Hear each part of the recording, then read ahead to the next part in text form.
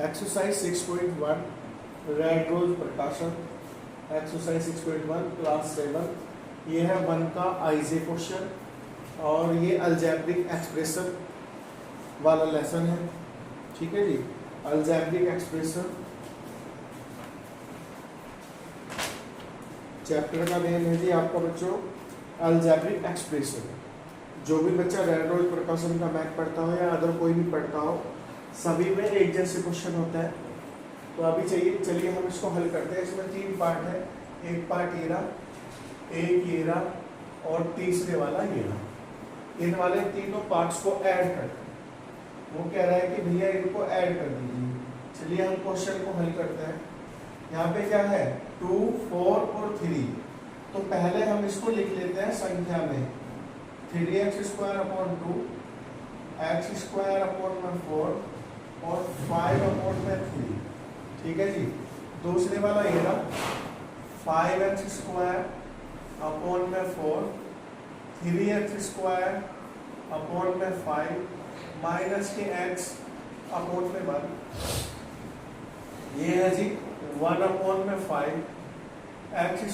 यहाँ पे आ जाओ x² 1 3x 8 और 8/50। सारा का सारा मैंने ऐड कर लिया। अब ऐड करने का नियम क्या है, रूल क्या है बच्चों, कि जो एक जैसी संख्या होती है उसे एक साथ लिख लो। ठीक है। अब इसमें एक जैसी ढूंढो, जैसे ये 3x², ये वाला, ये वाला, ये वाला और ये वाला पद, ये वाले सारे टर्म्स एक साथ लिख लो। जैसे 3x² 2। ठीक है। ये वाला क्या है x² 4 और x²। देखो इन दोनों को जोड़ लो, ये दोनों एक जैसे हैं, ये दोनों एक जैसे हैं। और एक काम और करो, ये वाला और ये वाला एक जैसे हैं, तो इनको एक साथ रखो।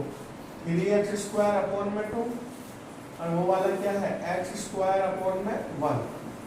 अब x² वाले कितने हैं 1 2 3 4 और 5।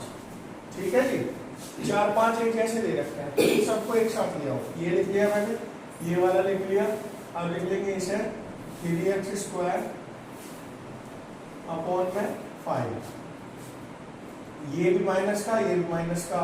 देखो एक तो ये हो रहा है x² वाला, एक ये रहा 2, एक ये रहा 3, एक ये रहा 4, एक ये रहा 5। 5 है x² वाले। ठीक है जी। कितने हैं x² वाले 5। अब 5 में ये 3x² और ये वाला x² मैंने एक साथ लिख लिए। अब बचा ये वाला और ये वाला और ये वाला। अब जो है इन्हें क्या करेंगे हम, इन्हें ये x² 4, ये भी x² 4। तो जब अपॉन में डिनोमिनेटर समान होता है, न्यूमरेटर अपॉन डिनोमिनेटर होता है ना, तो जब अपॉन में समान होता है तो जुड़ जाता है। ये भी माइनस का, ये भी माइनस का जुड़ गया। ये आ गया 6x² 4। ये बचा 3x² 5। ठीक है। अब जो है मैंने x² के बच्चों यहाँ से चूज कर लिए। मैंने सारे x² के यहाँ से निकाल लिए। मैंने इस वाली लाइन से सारे x² के निकाल के यहाँ रख दिए। ठीक है। अब क्या करेंगे, अब x² के बाद में क्या आता है x, तो अब x वाले ढूंढो। देखो एक ये रहा x वाला माइनस के x/1, एक ये रहा x वाला 3x 8, 3x 8। ठीक है। अब पहले तो लिखा था हमने बच्चों x² वाला। ठीक है जी बच्चों, पहले लिखा था हमने x² वाला, उसके बाद में लिखा फिर x वाला, और उसके बाद में लिखेंगे हम नंबर्स।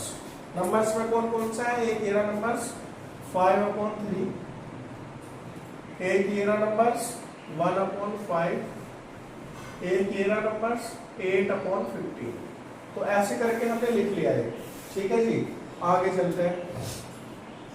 अब इसमें ये सारा ये वाला सारा मैं एलसीएम ले लूं। ठीक है भाई। इसमें क्या है 2 है 5 है 4 है और 5 है, तो इसमें 20 एलसीएम आ जाता है। किसका 2 का 5 का 4 का और 5 का। जब बच्चों इनका 2 का 5 का 4 का और 5 का एलसीएम निकालोगे ना, तो क्या आएगा 20 आएगा। ठीक है भाई, ध्यान से समझेंगे। जो भी वीडियो देखेगा बच्चा वो ध्यान से समझेंगे। Is that clear. अभी क्या करना है, इस वाले 2 से इस वाले 20 को काटो, 10 आएगा। तो 10 3 30। ठीक है। अब यहाँ पे क्या है, सिंगल वन। भाई बच्चों यहाँ पे क्या है, सिंगल वन। इस 20 की वन में चलाओ, 20 की वन में 21 जा 20 कितना है 20, तो 20 की यहाँ कर दो मल्टीप्लाई, माइनस की 20x² प्लस इस वाले 5 से इस वाले 20 को काटो, 5 से 20 को, 5 4 जा 20। भाई इसकी बात कर रहा हूँ देखो मैं, इस वाले की 5 4 जा 20 कितने आए 4, 4 3 जा 12। इस वाले 4 से इसको काटो, 4 5 जा 20, 5 आए ना, 4 5 जा 20 कितने आए 5, तो 5 की इसमें कर दो, 5 6 जा 30। और इन्हें अभी ऊपर बिना एलसीएम लिए मत घटा देना, ठीक है। अब यहाँ पे देखिए 5 से काटो इसको, 5 4 जा 20, 4 आए, 4 3 जा 12, 4 3 जा 12। अब ये था सारा x² वाला सोल्व हो गया, x² वाला सोल्व हो गया, ठीक है। अभी क्या करेंगे हम, यहाँ से x वाले का एलसीएम लेंगे। देखो ये वाला मैंने सोल्व कर दिया, ठीक है। अब मैं इस पे आ जाता हूँ, यहाँ पे 8 है और 1 है, क्या है बच्चों 8 है और 1 है, ये क्या है माइनस, तो इन दोनों में से माइनस चिन्ह कॉमन ले लो और 8 ले लो एलसीएम। इसमें से और इसमें से दोनों में से क्या चीज कॉमन ले लिया माइनस, और जब बच्चों माइनस चीज कॉमन ले लेते हैं तो जो चीज माइनस की वो हो जा प्लस की, और जो चीज प्लस की वो हो जा माइनस की। देखो 8 एकम 8, तो 8 की मल्टीप्लाई यहाँ कर दो 8x, 8 से 8 करके क्या आया 3x, ठीक है। प्लस अब यहाँ पे 3 का 5 का और 15 का एलसीएम ले लीजिए आप लोग।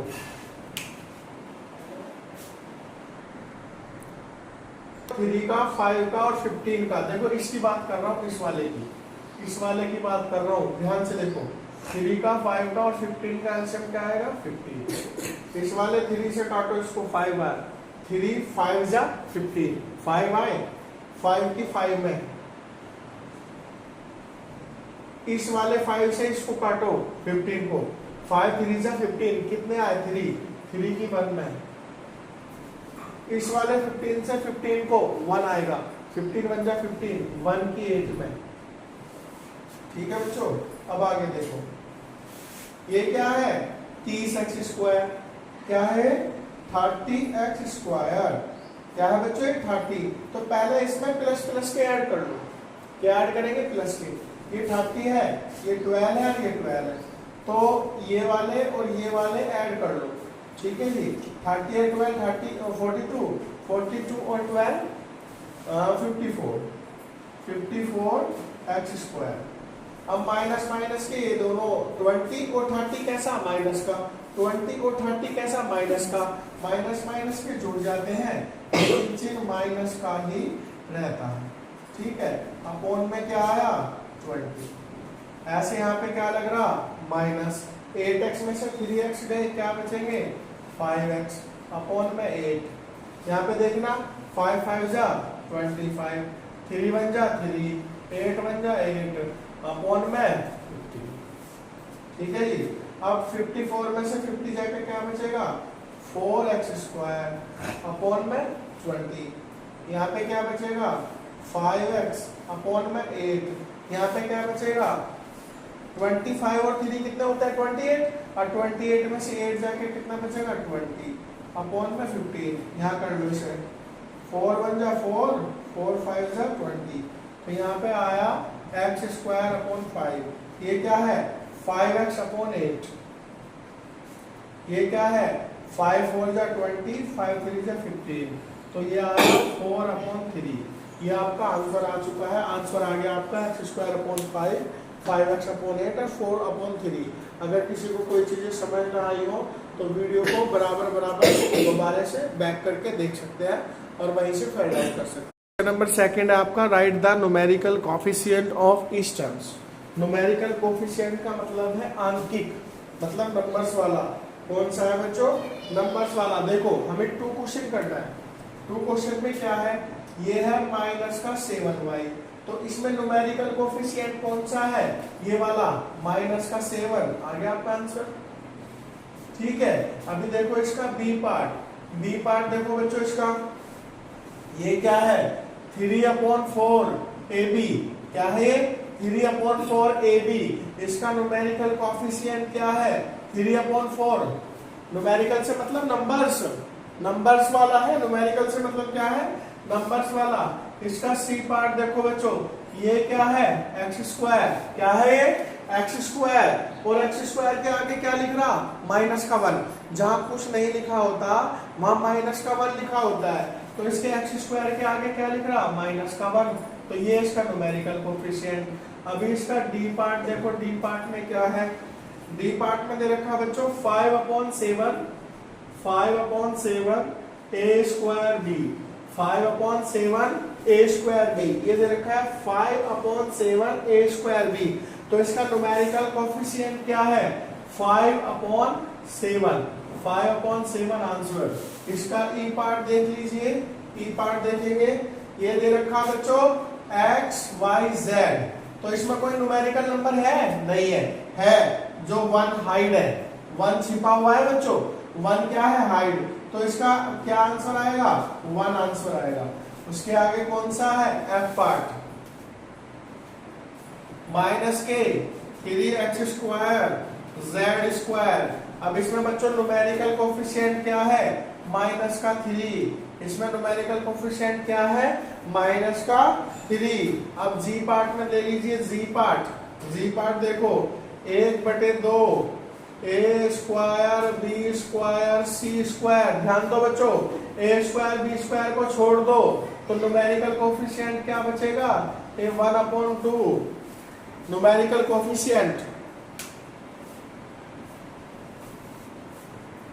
नंबर 3 बच्चों, राइट द कांस्टेंट टर्म्स। आप लोगों से पूछा है कांस्टेंट टर्म्स, स्थिर पद। क्या पूछा है बच्चों आपसे, स्थिर पद या सतत पद। तो इसमें स्थिर पद कौन सा है, देखो इसमें 6x+2 में कांस्टेंट क्या है 2 है, कांस्टेंट क्या है 2 है। This is your answer. इसका बी पार्ट देख लीजिए बच्चों, बी वाला पार्ट है बच्चों x² - तो इसमें कांस्टेंट टर्म्स, देखो क्या पूछा आपसे कांस्टेंट टर्म्स। तो कांस्टेंट टर्म क्या है -7, ये आ गया आपका आंसर। सी पार्ट वाला देख लीजिए, सी पार्ट में क्या है 8, तो ये 8 ही इसका आंसर है क्योंकि ये खुद ही कांस्टेंट दे रखा है। अभी देखो बच्चों डी पार्ट देखिए, ये क्या है x² - 1 + x। तो इसमें क्या पूछा आप लोगों से, इसमें देखो x² - 1 + x, और क्या पूछा कांस्टेंट। तो कांस्टेंट क्या है इसमें -1। उसके बाद में आ जाइए आप लोग ई पार्ट पे, ई वाला पार्ट क्या है बच्चों 3x² - 4x + के 5। इसमें कांस्टेंट क्या है, आपको कई सारे क्वेश्चन करा दिए, इसमें कांस्टेंट क्या है 5। उसके बाद आ जाइए एफ पार्ट में क्या है 6 - x² + 3y²। तो इसमें देखो 6 है, x² है, 3y² है, इसमें कांस्टेंट क्या है 6। आपका आया आंसर। एफ से आगे आ जाइए जी, एफ से आगे आ जाइए जी पार्ट पे। तो जी पार्ट में देख लीजिए, जी पार्ट क्या रहा है 3x² + 6x - 9। तो इसमें क्या है कांस्टेंट -9।